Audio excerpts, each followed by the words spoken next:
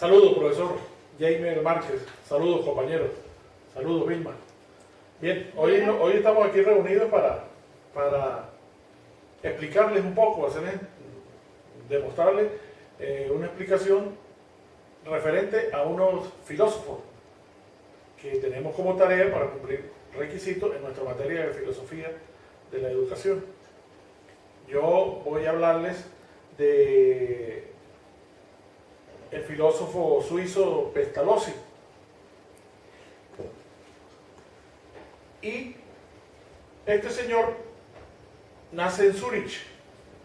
Su periodo de vida fue desde 1746 hasta 1827. Y este Pestalozzi, Johann, decía y reafirmaba con mucha propiedad que la redención de la humanidad solo podía efectuarse mediante la educación. Él da ese gran paso para reafirmar lo que es la educación, ¿okay? Y nos indica eso, ¿no? Que es la única forma para que la humanidad se redima, y que es la educación. Él hizo un libro que se llama Las veladas de un ermitaño, y en él sostiene que la premisa del desarrollo de las fuerzas interiores del hombre, como es el problema de toda educación, Pestalozzi lo hizo para iniciar, y fue una de sus grandes banderas de su filosofía, al decir que todo educador debe iniciarse con la pedagogía popular y la escuela del trabajo. El objeto de la educación, dice Johann Pestalozzi, es preparar a los hombres para que lo que deban ser en sociedad. Solo por la educación se alcanza la naturaleza humana. La ecuación del hombre sostenía que tiene dos metas fundamentales. Una, que es la formación general que aspira a la suprema plenitud del hombre, a la más completa humanidad. Y la otra, que es la educación condicionada por el tiempo y el lugar, que tiene como carácter profesional. Es decir, educa al hombre para un ambiente social dado y está en correlación con las fuerzas conformadoras del medio. Es decir, educación, medio, sociedad, hombre están estrechamente relacionados y agarrados de la mano. También decía Johann Pestalozzi que la educación física corporal de todo ser humano, como la gimnasia, el ejercicio y caminar, era muy importante para generar una armonía con el desarrollo del cuerpo, pero tampoco era una educación física corporal para ser un gran atleta competitivo en Olimpiadas, no, sino simplemente un mantenimiento, una formación física corporal a manera de, así como se obtiene la salud con el ejercicio. Pestalozzi decía también que era fundamental para armonizar con la educación y con la inteligencia y también con la voluntad. La educación física como medio de desarrollo estético y moral. Naturalmente, la ecuación moral y religiosa del otro aspecto principalísimo de su pedagogía, y que continúa la línea iniciada por Comenio en su afán de fundamentar los principios didácticos en la realidad, poniendo el énfasis en la persona que aprende, no en los contenidos ni en el modo de la persona y sociedad a desarrollar. Continuamos con otro filósofo, de los cuatro que nos corresponde, y este filósofo es Rafael Villavicencio. Rafael Villavicencio es un venezolano nacido en Caracas en el año de 1832 y muere también en Caracas en el año de 1920. En el año de 1860 él se gradúa en la parte médica y en 1898 como doctor en filosofía y letras. Todos estos títulos los obtiene él en la Universidad Central de Venezuela. En dos grandes ideas centró la atención de esta nueva teoría en la concepción de la historia y en la necesidad de estudiar y divulgar la ciencia como base del progreso. Eso era lo que decía Rafael Villavicencio. En la búsqueda de una filosofía que vigorice con sus principios el progreso del país dentro del orden y la estabilidad institucional.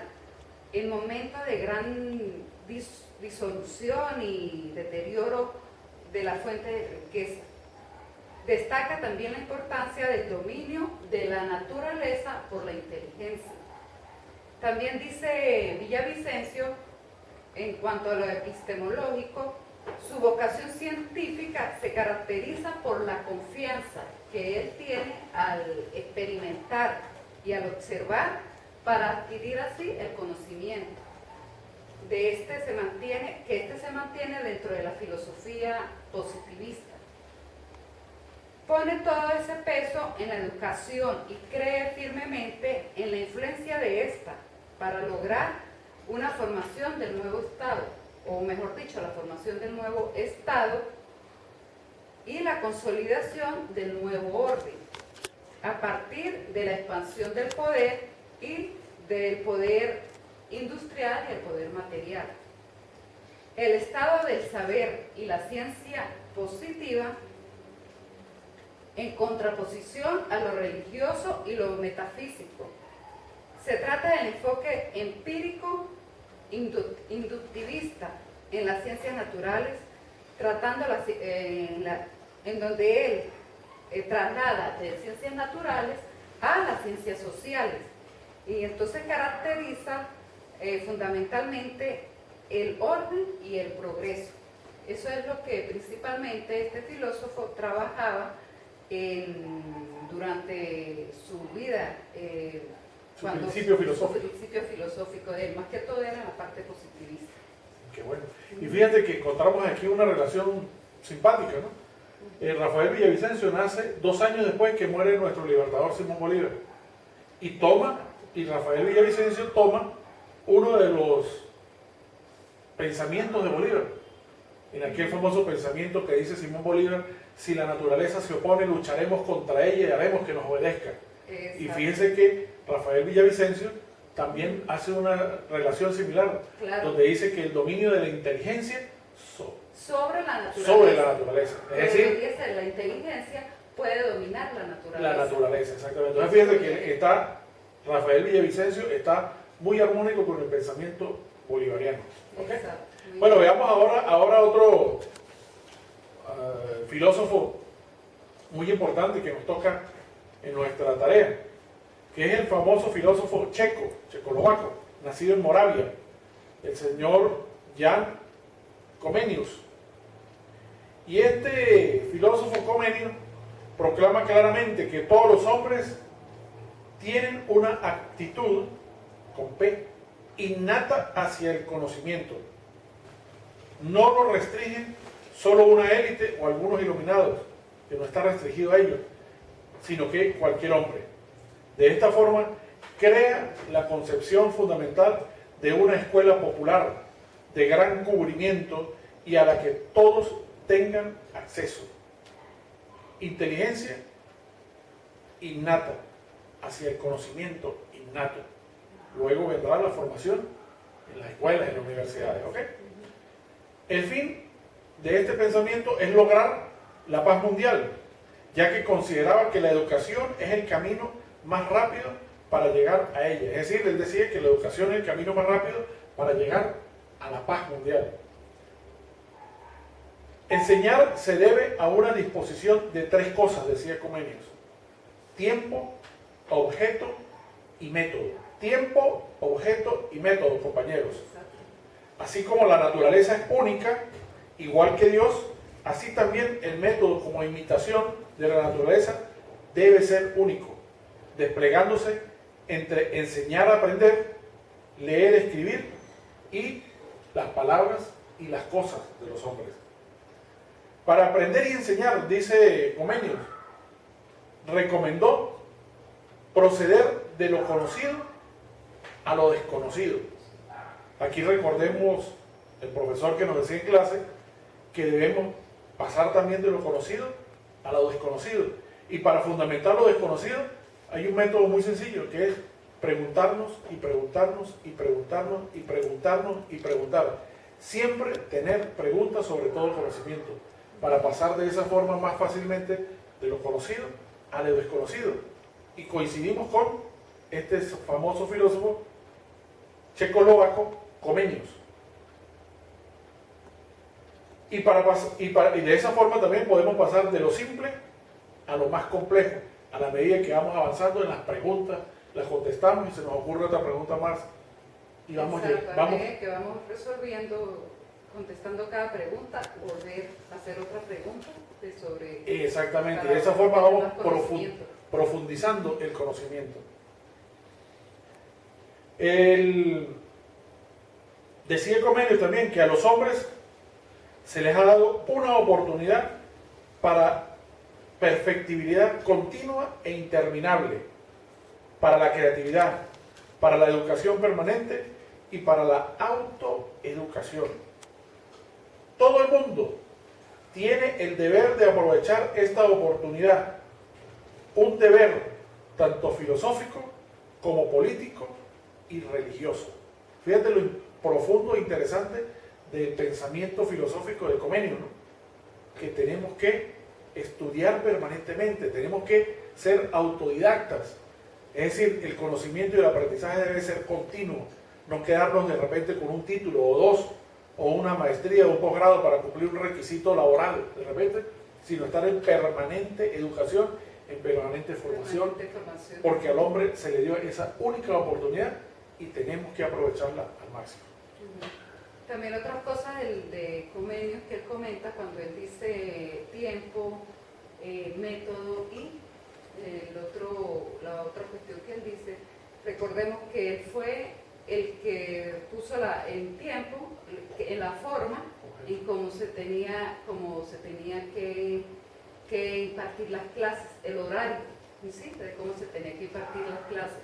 El método, por supuesto, los programas todos los programas, las planificaciones, los programas de los currículos para los contenidos de la materia que se va a dictar. Y el objeto, él creó las instituciones, ¿sí? Donde había un aula o un espacio donde los niños podían aprender, también había un espacio de recreación, y todo bien encaminadito para que el aprendizaje de los niños y de los jóvenes fuese accesible, ¿sí? Accesible y fuese efectivo. Exacto, muy bien. Bien, con esto terminamos nuestra parte que nos corresponde, nuestra tarea. Espero les haya gustado. Cualquier preguntita o duda que tengan, no duden en consultarnos. Muchas gracias. Y continuamos también con nuestra compañera Karina Rovira, que ella va a hablar sobre el filósofo Luis Racetti. Luis Racetti nace en Caracas, Venezuela, un 10 de septiembre de 1862. Bautizado con el nombre de Luis María Francisco Nicolás de Jesús, hijo de don Luigi Racetti, un comerciante de Génova, Italia, y de doña Emeteria Martínez Sanz, quien era nieta del licenciado Miguel José Sanz, tutor del libertador Simón Bolívar. Luis tenía 2 hermanos, los cuales fueron criados por doña Emeteria, ya que su esposo viajó a Italia para no volver nunca más a Venezuela. Es de allí donde Luis escribió: "Todo lo que soy se lo debo a ella". Luis Racetti estudió su primaria en la Escuela Niño Jesús y luego realizó su bachillerato en la Universidad Central de Venezuela, donde obtiene el grado de bachiller en filosofía un 13 de julio de 1878. Inmediatamente comienza en la misma universidad sus estudios en medicina, obteniendo el título de doctor en medicina y cirugía un 4 de agosto de 1884, a un mes para cumplir sus 22 años de edad. Pocos días después viajó al interior del país, donde desempeñó sus primeros estudios profesionales, específicamente en los estados Lara, Zulia y en los Andes. Regresa a Caracas 5 años después, en 1889. Viaja a París por 3 años, donde realiza sus estudios de posgrado, especializándose en cirugía y obstetricia durante los años 1890 y 1893. La influencia de la escuela francesa marcó una profunda y permanente huella en su pensamiento, la cual está patente en su admiración por personajes como Santiago Ramón y Cajal, Charles Darwin, entre otros.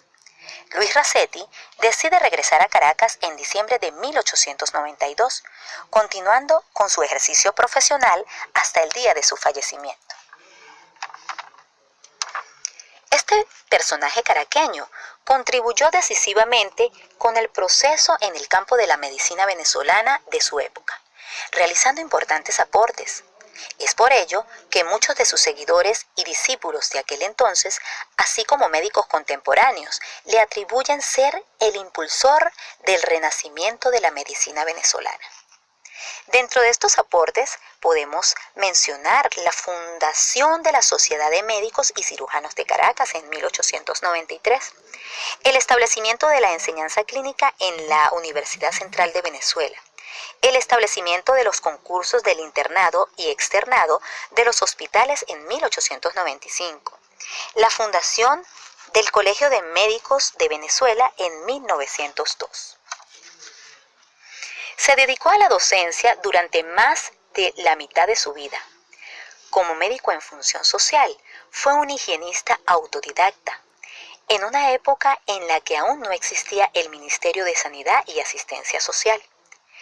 Como biólogo, realizó una tarea excepcionalmente divulgadora, formando parte de las primeras oleadas del positivismo biológico en Venezuela. En 1904 sostuvo una intensa polémica acerca de la legitimidad de la doctrina de la descendencia, despertando reacciones contrarias en algunos miembros de la comunidad científica, en especial la del doctor José Gregorio Hernández. La doctrina de la descendencia y qué es la vida son libros de su autoría. Junto al doctor José María Vargas y el doctor José Gregorio Hernández, este doctor, Luis Rasetti, se destaca entre los más importantes valores de la medicina venezolana. Muere el 14 de mayo de 1932 y sus restos reposan en el Panteón Nacional de Venezuela en Caracas, desde el 23 de junio de 1982.